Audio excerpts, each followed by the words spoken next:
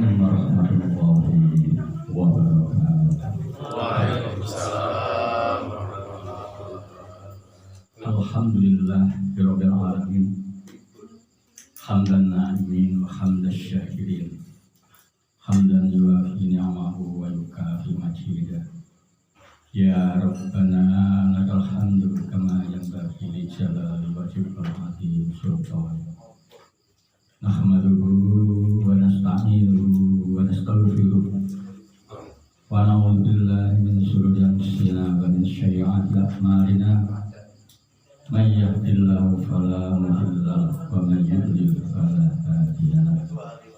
La haula wa la quwwata illa billahil aliyyil azim. Amma ba'du. Katur dumateng para bapak sedherek ingkang dipun mulyakaken Allah saha ingkang kula hormati. Monggo kita sami tansah nyusun ing ngarsa Allah kanthi nikmat rahmat sahidayah Allah ingkang dipun paringaken dumateng kita sami, khususipun nikmat sehat, nikmat kuat saha nikmat sempat. Kanthi nikmat ingkang dipun paringaken Allah dumateng kita sami, monggo kita manfaataken ingkang sae-saenipun sehingga manfaat di dunia wal akhirah. Shalawat salam kita sakunjuk Nabiullah Muhammad Rasulullah, keluarganipun, para sahabat, tabi'in, ugi, insyaallah termasuk kita sami selaku umat Nabi Muhammad, insyaallah ing yaumul akhir pikantuk syafaat saking panjenenganipun, insyaallah. Amin. Bapak sedherek sedaya, khususipun datang tuan rumah niki. Nyuwun pangapunten Pak Bonasri. Tek kepak Pak Bonasri kok aku sing ngisi. Mugi-mugi boten blenger iki, Pak. Ing dalu menika kula namung nyampaikan hasil penelitian Gordon Spot yang barat. Dari penelitian dari beberapa agama, niku beliau punya satu analisis, bahwasanya hampir masing-masing agama itu ada dua macam yang memiliki atau memeluknya. Yang pertama beragama dengan ekstrinsik, dan yang kedua agama sebagai intrinsik. Ekstrinsik itu adalah mengakui agama, melaksanakan agamanya, tapi hanya sekedar luarnya saja, untuk kegiatan-kegiatan yang istilahnya bisa dimanfaatkan bagi pribadinya. Adapun beragama dengan intrinsik itu adalah orang yang beragama benar-benar meyakininya agama itu, sehingga dengan beragama itu bisa berdampak kepada pribadinya dan berdampak kepada masyarakat, sehingga beliau punya satu kesimpulan bahwasanya agama itu bisa berdampak kepada pemeluknya dan berdampak kepada masyarakat, yang pemeluk dan masyarakatnya menjadi lebih baik dan bermanfaat di dalam kehidupan sehari-hari. Sehingga beliau untuk agama Islam itu berpegang kepada inna dina indallahil Islam. Sesungguhnya agama yang diridhoi Allah yang diterima oleh Allah adalah agama Islam. Bahkan di dalam surat Ali Imran ayat 85 Allah berfirman, A'udzubillahi minasyaitonirrajim, bismillahirrahmanirrahim. Wa may yabtaghi ghairal Islam madinah fala yuqbalu minhu wa huwa fil akhirati minal khasirin. Barang siapa yang mencari atau memilih agama selain agama Islam, maka mereka tidak akan diterima agama itu, dan mereka di akhirat kelak akan menjadi orang-orang yang merugi. Nah, Bapak Saudara sekalian, di sini rasanya orang yang beragama Islam sepertinya bangga banget. Aku beragama Islam berarti agama yang paling diterima dan paling diridhoi oleh Allah. Nah, oleh sebab itu, ya, kita nggak salah memilih agama Islam ini. Karena dijelaskan dalam Al-Imran tadi, siapa yang mau memilih agama selain agama Islam gak diterima, dan besok di akhirat akan merugi. Namun Bapak Saudara sekalian, banyak sehingga orang-orang yang beragama Islam itu diantaranya memilih beragama dengan ekstrinsik tadi, mencari beragama untuk mencari popularitas. Sepertinya kalau sekarang dipilih anggota dewan, nama kiai disebutkan, umpamanya Kiai Haji Bapak Saifur Rahman, keren-keren gitu. Sehingga orang itu semakin percaya walaupun tidak melaksanakan secara keseluruhan. Nah, ini memang tren sekarang Bapak-bapak Saudara sekalian. Tidak Islam, tidak Yahudi, tidak Kristen, Katolik, semua sebagaimana yang merupakan hasil penelitian Gordon Spot tadi. Oleh sebab itu, rasanya orang yang beragama itu bagaimana ya? Sepertinya aku lah aku lebih pintar sih. Tidak juga. Katanya Rasulullah, orang yang merasa pandai, merasa paling jenius, bisa memecahkan sesuatu dengan ini justru syirik menurut Allah. Banyak orang yang cerdas, orang yang pintar, orang yang berharta, tapi justru diberi kesulitan-kesulitan oleh Allah yang tidak bisa dipecahkan, tidak bisa diselesaikan dengan harta dan kecerdasannya itu. Justru Allah memberikan solusi kepada orang-orang yang punya iman, orang-orang yang takwa. Oleh sebab itu, Islam adalah salah satunya di antara pengurai dari kesulitan. Oleh sebab itu, Bapak Saudara sekalian, Allah berfirman, la ikraha fiddin, qad tabayyana rusdu minal ghayy. Janganlah kamu memaksakan seseorang atau kelompok untuk masuk beragama Islam, untuk memeluk agama Islam. Qad tabayyana rusdu minal ghayy. Allah sudah menunjukkan jalan yang benar, jalan yang bagus, jalan yang baik, jalan yang lurus, namun juga diberikan jalan yang sesat. Nah, disinilah Bapak Saudara sekalian, bahwasanya Islam betul-betul kalau yang beragama intrinsik tadi gak duwe angen-angen kok arep aku singan gitu. Terus ada kalanya orang yang aku sing wis pinter aku ya kan. Kayak ben melok aku. Kemudian ada orang wis aku tak sing wateng paman di masjid. Wateng di masjid. Tapi di dalam hatinya itu hanya untuk sekedar menutup saja, pamer saja.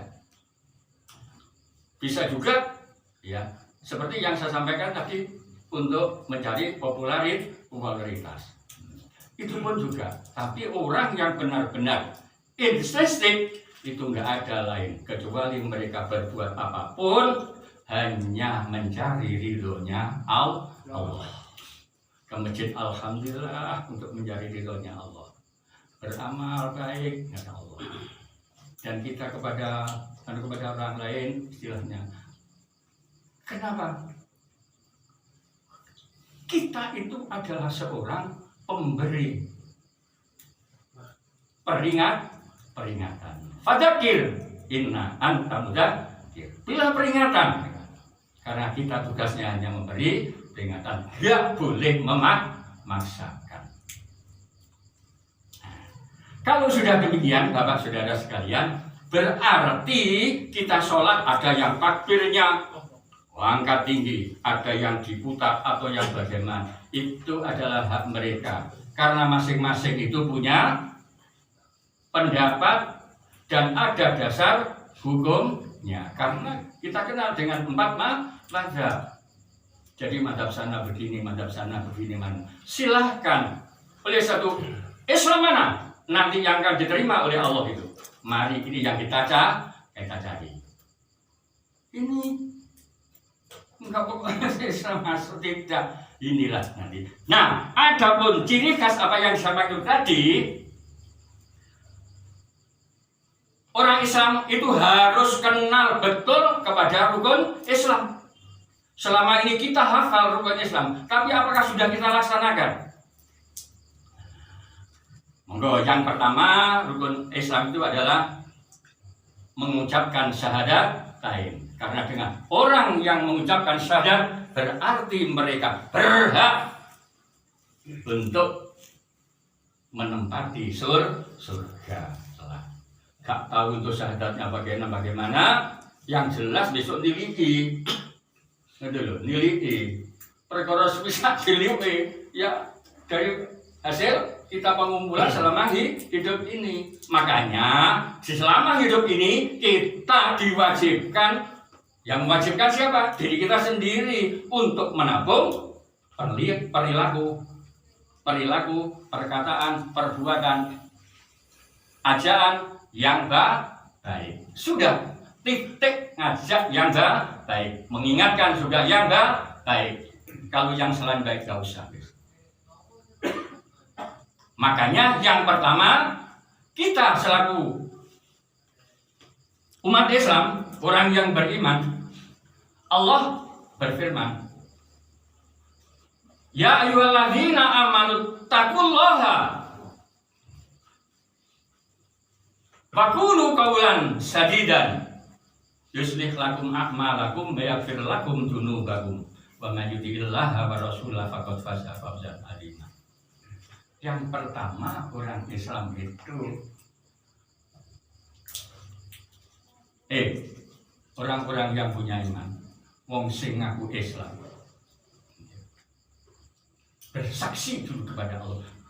Pada diri kita yakinkan. Bagaimana untuk meyakinkan kepada Allah itu? Innallaha mana. Sak temene Allah itu bareng karo awake dhewe. Wa huwa ma'akum aina ma kuntum. Allah bersama kamu dimanapun kamu berada dan kapan saja. Sehingga orang yang yakin percaya kepada Allah bisa disebut takwa adalah orang yang bisa melahirkan di dalam hati kita ini merasa bahwasanya kita itu senantiasa bersama Allah. Nek wis kemana saja, kapan saja kita bersama Allah, katanya dari orang yang bertakwa. Kaulan sadidan. Ngomong kowe dengan perkataan kanthi omongan sing apik, omongan sing bener. Kenapa? Pembicaraan perkataan yang baik, benar itu secara otomatis akan memperbaiki diri. Wong kaya. wong kaya itu orang enggak mengatakan enggak, tapi di dalam hatinya. Bapak saudara sekalian, jadi kalau yang pertama kita yakin, nah untuk yakin itu tadi yang bisa melahirkan sampai kapanpun bahwasanya kita diikuti oleh Allah, sehingga berucap kemanapun kita akan berucap yang baik. Pokok yang utama adalah baik dan baik. Yang kedua,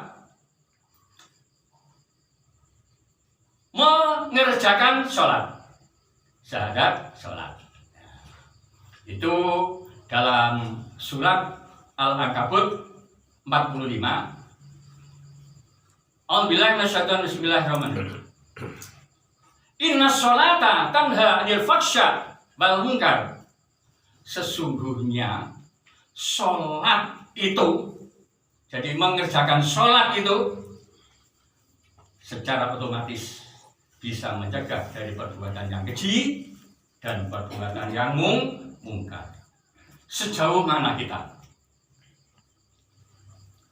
Bisakah sudah kita mencegah dari yang keji, perkataan yang enggak baik, perkataan yang jahat, perkataan yang gregeno? Apalagi perkataan yang salah. Apa sudah bisa kita? Kalau belum bisa, mari kita koreksi sholat kita. Nah, oleh sebab itu, Bapak saudara sekalian, sholat itu oleh Allah syarat rukunnya sudah ditentukan. Sholat adalah dibuka dengan takbiratul ihram. Allahu Akbar, menyatakan bahwasanya Allah yang sudah nggak ada yang lainnya menandingi Allah. Allahu Ahad, hanya satu-satunya. Nek membayangkan bagaimana Allah gak iso membayangkan awake dhewe. Delok sekoro sak mulumbuane Allah lebih besar dari itu. Bagaimana bentuknya? Pokok yang menjadikan kita menjadi takut kepada Allah, itulah bayangan kita.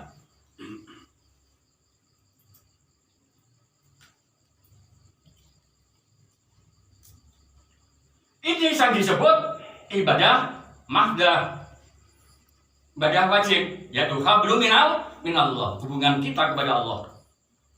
Takbir itu yang berarti dengan Allahu Akbar. Untuk pikiran yang lain-lain itu berarti haram. Allah saja sudah ketika Allah. Kemudian sholat ditutup dengan salam. Salam ada menoleh ke kanan dan menoleh ke kiri. Yang berarti kita itu mendoakan kepada saudara, tetangga, keluarga ke kanan, ke kiri, kerabat, dan lainnya. Inilah yang pertama saja kita sudah mendoakan. Mendoakan adalah perbuatan yang baik.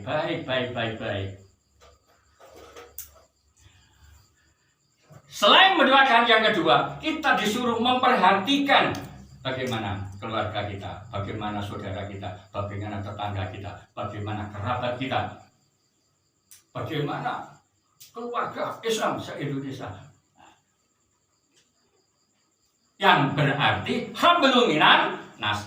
Yang kedua-duanya ini, Bapak saudara sekalian, sama berimbang.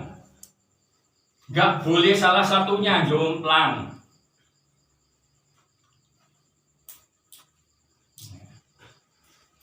Bisa menentukan, umpamanya hablum minallahnya bagus, hablum minannasnya jelek, iya, surganya ya nggak bisa. Contoh saja, umpamanya kita berlaku sombong, di dalam hati ada sombongan. La yadkhulul jannata man kana fi qalbihi min kibri. Nggak akan bisa masuk surga orang yang di dalam hatinya sedikit ada rasa sombong. Nah itu sombong sesama itu saja menggugurkan sholat kita. Gak bisa masuk surga. Oleh sebab itu, mari Bapak saudara sekalian, kita betul-betul di dalam sholat ini, tujuan sholat itu gak menjadi sholat itu, tapi yang hablum minan nas, yang vertikal horizontal, ini harus kita bangun sebaik-baiknya. Salam itu diantaranya doa dewi lu ngucap antara satu dengan yang lain, isi sungkan. Iya enggak, paling enggak. Monggo Mas, ayo salamnya lali kalah, itulah. Kenapa? Saya pernah tanya anak-anak, sampean opo sih lek angger ngajak opo sing apik ngucapno salam kok kan. Malu Pak, ini loh. Malu. Ternyata untuk berbuat baik itu malu. Kapan kita nggak malu untuk berbuat baik? Baru padahal mengucapkan salam itu kita sudah mendoakan. Kalau dijawab kita doakan, maka akan selamat orang yang beragama Islam itu karena saling mendoakan. Ta'awanu alal birri, kita saling membantu di dalam kebaikan. Bapak saudara sekalian, yang ketiga, dua saja nek, tiga kepengen.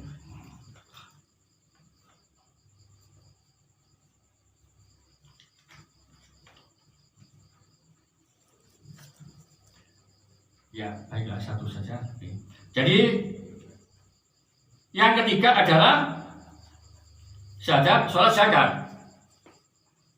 Zakat ini bukan berarti hanya zakat fitrah, tapi termasuk sedekah yang Allah berfirman, "Khudh min amwalihim shadaqatan tutahhiruhum wa tuzakkihim biha." Di sini Allah itu memberikan keleluasaan kepada siapapun yang menengah ke atas, yang menengah ke bawah, tidak ada perkecualian untuk bersedekah. Yang berarti dari yang kecil sampai menengah ke atas itu berlomba fastabiqul khairat untuk bersedekah. Sedekah itu banyak halnya, bukan duit tok. Termasuk senyum itu katanya Rasulullah. Mesem itu lah sedekah. Saya awal dhewe kapan to, enggak ketemu iso mesem. Ayo. Mesem Kak. Kok mesem? Kok nganti takon. Kenal lho, patuan gaduh gak gelem takon. Iya toh? Apa ini hasil sholat? Takon apa maneh kok salam? Loh, gitu. Kok ahli sunnah wal jamaah. Yang baik senang berjamaah bersama-sama untuk yang baik. Besok akan mendapatkan pertolongan Rasulullah. Famar robbang sunati falaisa minni, katanya Rasul. Nek enggak gelem melok, enggak kena sunah-sunahku, enggak takoni sunahku, enggak takoni umatku, itu loh. Kita masih belum itu. Ayo, mari. Di sini untuk masalah sedekah. Sebagian, sejenis sebagian itu relatif. Sakitik mbuh pira-pira duwe 1000 dikekno sing 100 ya sebagian. 10.000 kekno sing 1000 ya sudah sebagian. Nah, ini bagaimana untuk melatih supaya generasi muda kita itu mulai sadar dengan bersedekah. Tidak ada lain kecuali diawali. Ada desamu, bapak-bapak saudara sekalian bisa. Itu sedekah ya. Sudahlah, insya Allah bisa. Nah, tapi jangan lupa kalau kita kepada anak-anak kita sudah begitu, kita juga akan terkena ayat Allah. Nek awake dhewe gak iso. Hei, orang-orang yang beriman, kon ojo ngomong iso nglakokno. Nek awakmu dhewe gak iso nglakoni sing mbok omongno. Lah ini. Sebab itu kita sebagai orang tua adalah menjadi contoh tauladan. Lho Pak, lewis gak enak, jenenge gak enak, lain lagi. Tapi kalau ada, mari kita pelajari anak-anak kita. Nah, oleh sebab itu, dengan adanya Islam yang melaksanakan sesuai dengan Al-Quran, ini tidak bisa lepas saja dari generasi muda. Ini generasi muda ini adalah harapan penerus agama, khususnya untuk warga Muhammadiyah. Sing enom-enom iki pelanjut penyempurna dari Muhammadiyah. Nek sing wis tuwek-tuwek enggak enek Pak Bu Nasri Marino nek. Aku Pak Temijo entek. Terus Pak Mariono nyusul, Pak Tugiral. Ya mudah-mudahan enggak siap tampil belajar lebih dulu. Sopo sing ganteni? Siapa itu monggo? Yang muda-muda saya siap. Kenapa? Dengan ditunjuk itu, saudara sekalian, sebenarnya orang ditunjuk itu akan membangun dirinya. Nek aku sik gurung iki aku sinau mesti wis. Dulu saya ingat Pak Bu Nasri, oh ya, Pak Bu Nasri, ya, yuk. Buktinya belajar dengan sendirinya. Engko aku iso ngomongi aku dhewe, enggak iso nglakoni lho dandane awake dhewe dhisik. Kan gitu Pak Bu Nasri. Sudahlah. Insyaallah Bapak-bapak, saudara sekalian, mari kita berdoa kepada Allah ya. Mudah-mudahan apapun ya, situasinya, mohon maaf. Ini saiki gambar PKI sudah banyak berkibar. Nek generasi kita tidak siap menghadapi wis ojo ngarep-ngarep Muhammadiyah. Sudah. Wong di Bali wis ana banget. Gendera PKI. Bapak, saudara sekalian, mohon maaf apabila yang saya sampaikan mungkin tidak berkenan pada Bapak saudara sekalian. Saya hanya sebagai penyampai saja, memperingatkan saja, karena tugas saja adalah memperingatkan. Mungkin sing dingilingno kok enggak bener tambahan. Saya mohon maaf yang sebesar-besarnya. Dan saya akhiri billahi taufiq wal hidayah wal inayah. Assalamualaikum warahmatullahi wabarakatuh.